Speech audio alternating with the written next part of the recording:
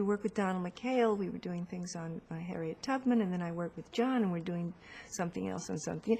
It just jumped around.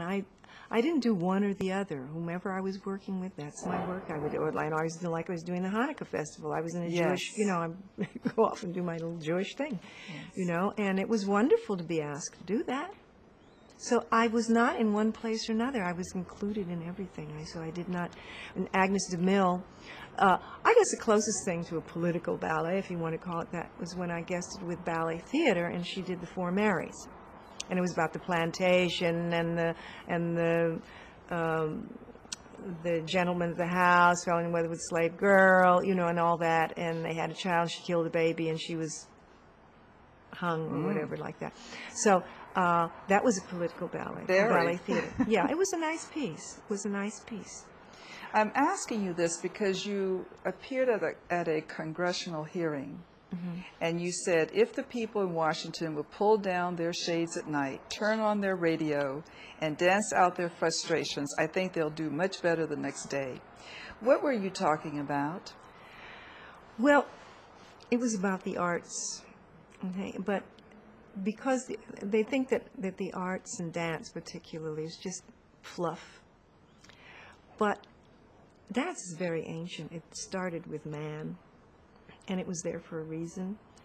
And in every culture, the dance is very important because I think it's a way, it's been put there by God, nature, whomever, whatever, as a valve to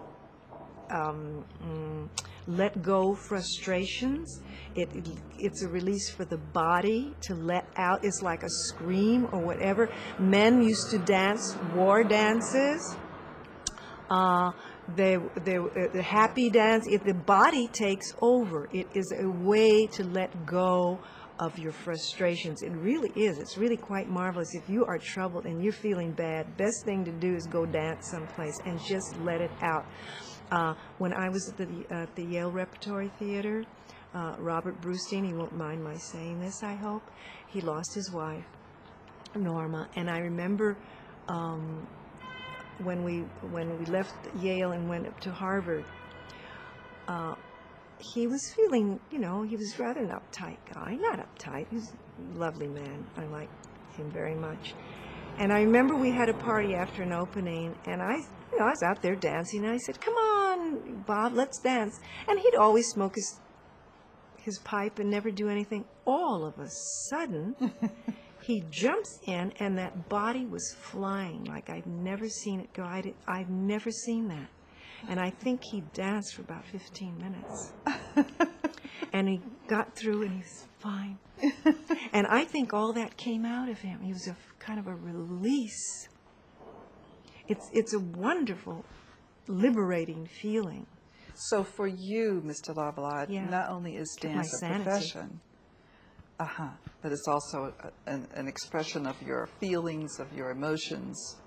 You put all of that into your dance as well. That movement, that it was something to do in the body. Somehow I think that's kind of kept my sanity, strangely enough.